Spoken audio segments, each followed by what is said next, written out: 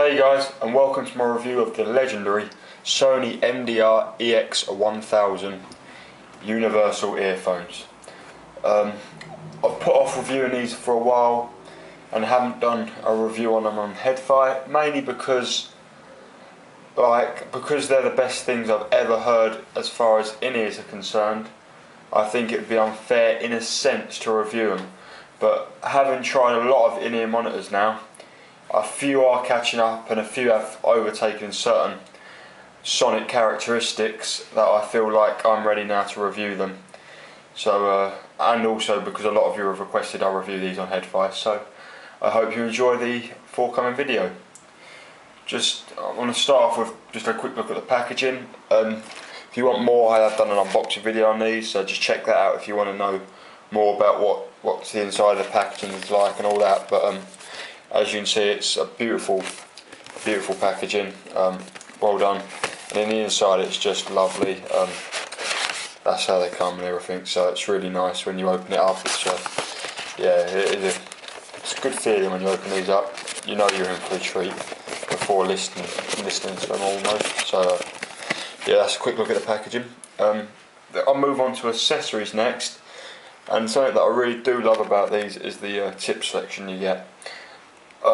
You may know or may not know that tips do alter the sound quality of your earphones to a significant point, and can almost fine-tune the sound that you're getting to a certain emphasis on certain frequency responses, such as a bit of a bass emphasis you get from comply foam tips, for example. So with these, all you get is silicone single flanges, and it's a set of Sony hybrid tips, which are quite known. They're fairly cloned. So they're just a small tip like that, and they have like a flat surface, as you can see there. But all the tips you get are like that, and I do have the full collection, but the medium tips are on another earphone somewhere, so sorry I can't show them. So what you get is starting from small all the way up to large, and that doesn't stand for large or small, but the second the second L stands for a long or a short tip. So if you have a look at the two smalls, so the red is the super small and the orange is the normal small. You can just see one is a bit shorter there. So I have roughly medium ears, so I use medium tips, and I've actually found the best sound quality to come from the medium long tips. So they're just a bit longer than the normal medium, and I just get a slightly deeper insertion and a slightly clearer sound, which I think is great, as that's always appreciated. The isolation ain't the best in these headphones, but I'll get onto more on that later. But you can use these noise isolation tips that are included. They're just a standard small, medium and large. And let's have a look at this medium one. You get a layer of foam, as you can see inside, which apparently helps isolation. I've tried both.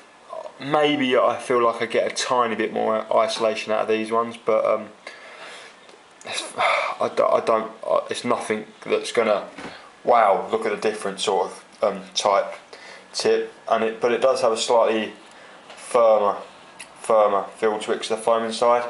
So comfort wise it's actually slightly different, as is sound wise, but yeah, it's nothing to write home about the isolation tips in my opinion. But as a bundle, the tips are amazing. The best tip selection I've got, just through their versatility, simple colour coding scheme so you know which one's which, and just the quantity, and even the case I really like as well. Keeps them nice and neat. I always have that on my desk if I'm using them for other earphones as well, just so I can swap them around.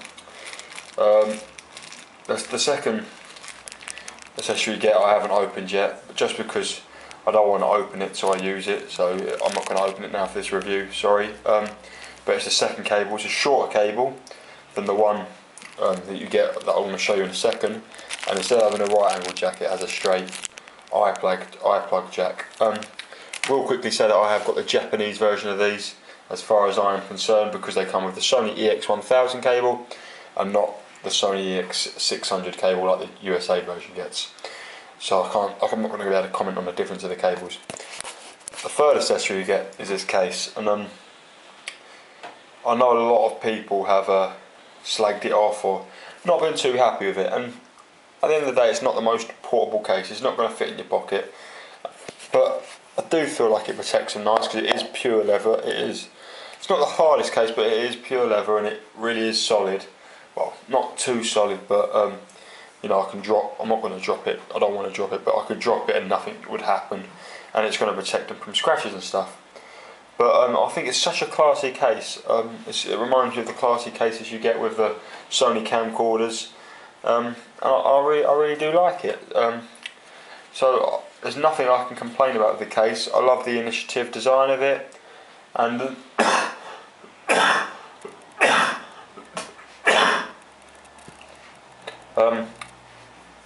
and yeah, just the way that you fit everything inside. So it does look good on the outside, quite simple, but in the inside it has a you can see like a little plastic cradle for them. So it's like a velvet lining inside. It says MDR-EX1000 on the top of it, and you take out this cradle, which just slots in. This cradle is completely plastic with a velvet lining inside. Looks quite cool, red as well, and it sits your earphones nicely in there, and then the cable wraps around the outside, so it holds them nice and secure inside the cradle and in the case. They're not being thrown around inside the case. They're sitting there nicely, and no damage is being done, which is what I want to know, as these are expensive IEMs and they're also my favourites. So that's accessories, and I think it's not one of the biggest accessory packs. I mean, if you get a Shure earphone or Westone earphone costing around this price, you get the airplane adapters and the splitters and the blah of just silly little accessories.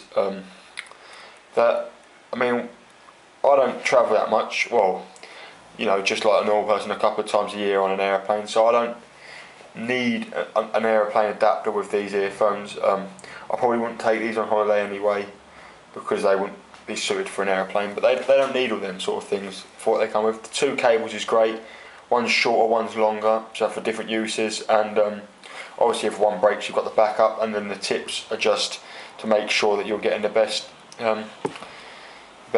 comfort out of them. So I just think they're necessary stuff to get, so I quite like what Sony have done there.